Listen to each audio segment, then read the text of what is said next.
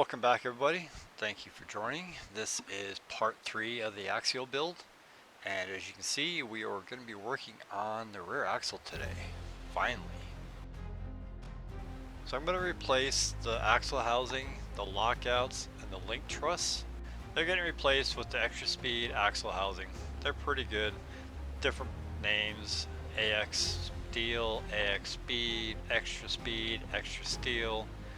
Also have the STRC lockouts and an unbranded link truss.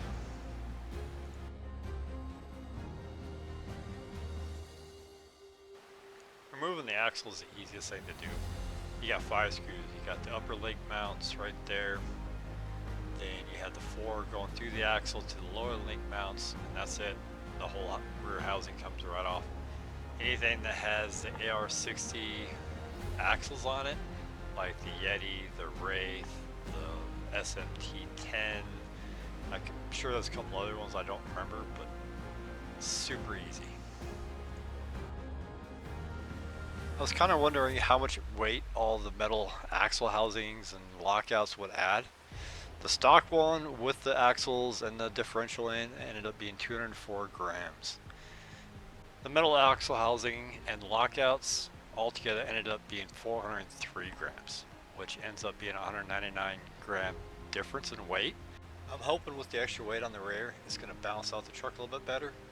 The front end's pretty heavy, and there's no way to move the battery front or back to balance it out. It's pretty similar to somebody jumping their stock pickup over a jump. You got the big heavy engine in the front and no weight in the bed.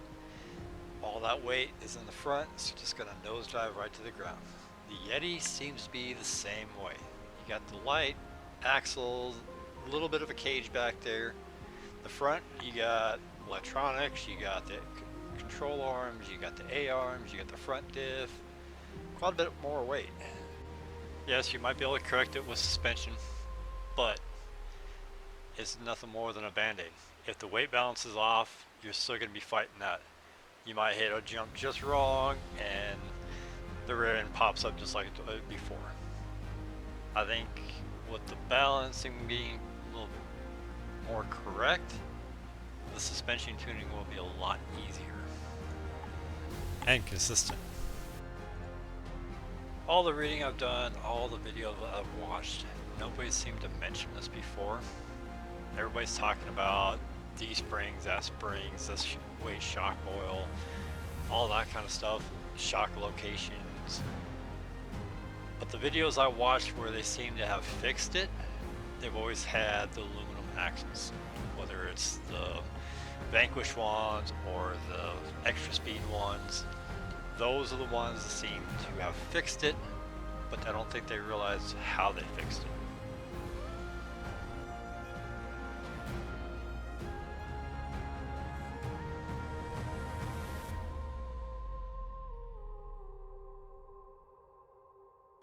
The axle hardened disc set's going back in. Couple that with the aluminum housing or metal housing and the Robinson Racing slipper clutch. It should be pretty bulletproof on the back end. I do have the plastic dry shaft still. They've been holding up. So that should be my weak link, I'm hoping. But I haven't had any problems with the hardened disc sets, so I shouldn't have to replace another one.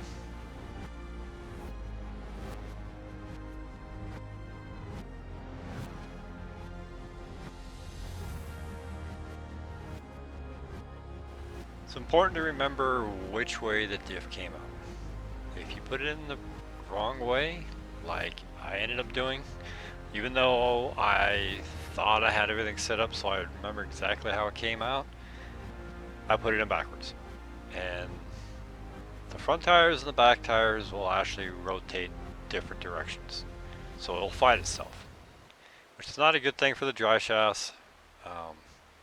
Usually you'll pick it up right away as soon as something's wrong, and that's what it is. The diff's in the wrong way. Just take it back out, flip it around the other way, and you're good to go. I'm thinking maybe whoever had it before me put the front diff in backwards, because I put it in exactly the same way as my SMT-10 and it was backwards. So I haven't actually had the front diff apart yet, so I'm not sure what way it's sitting. So I might do that eventually. Take it apart, refill it up with the diff fluid, find out which way it's going. Installing the bearing caps, you want to make sure you're not over tightening them. If you over tighten them, you can crush the bearings and cause it to bind up. You want to keep checking how it feels, make sure it's not binding anywhere, especially when you start putting the axles in, putting the screws back in. If you feel any kind of binding, whatever the last screw was you put in, take that back out, see if the binding goes away. You might have to use a shorter screw, you might have to not use that screw at all, it all depends. You can actually see me checking it. That's why I have the dry shaft on the pinion. I can just keep rotating it every so often, every time I put a new piece on. I normally fill the diff housings with marine grease, but I saw somebody use the red and tacky Lucas oil grease, I guess you call it. So I want to give it a try, see how it does.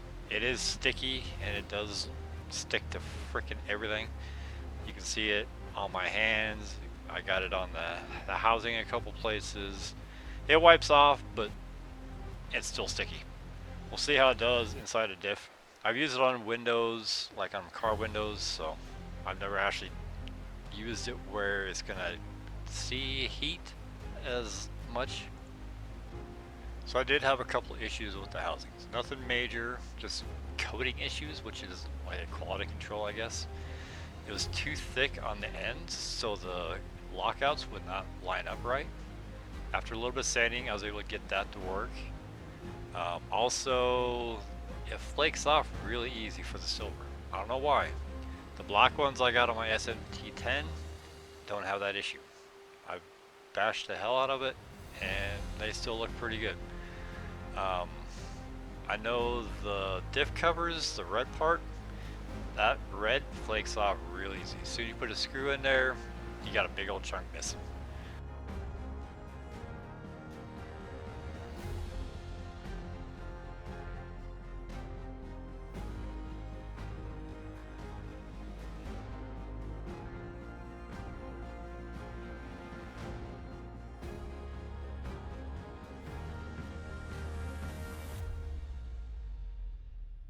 And here's the finished housing. Overall, doesn't look bad, other than the few chips on the red diff cover, which those are from actually just putting the screws in. That was it. They haven't hit anything yet. It has been out in the grass and snow, that's why it's a little bit dirty. I also didn't have the link mount when I did all the main recording, so you can see that now. It's just an unbranded one I got off eBay. So is it worth it? Yes. I paid $75 for everything compared to $92 just for a Vanquish housing. So it might be Chinese, it might be cheap, but if it does the job, that's all that matters. I don't have to have the high expensive stuff. Just for a basher I'm gonna beat up anyways.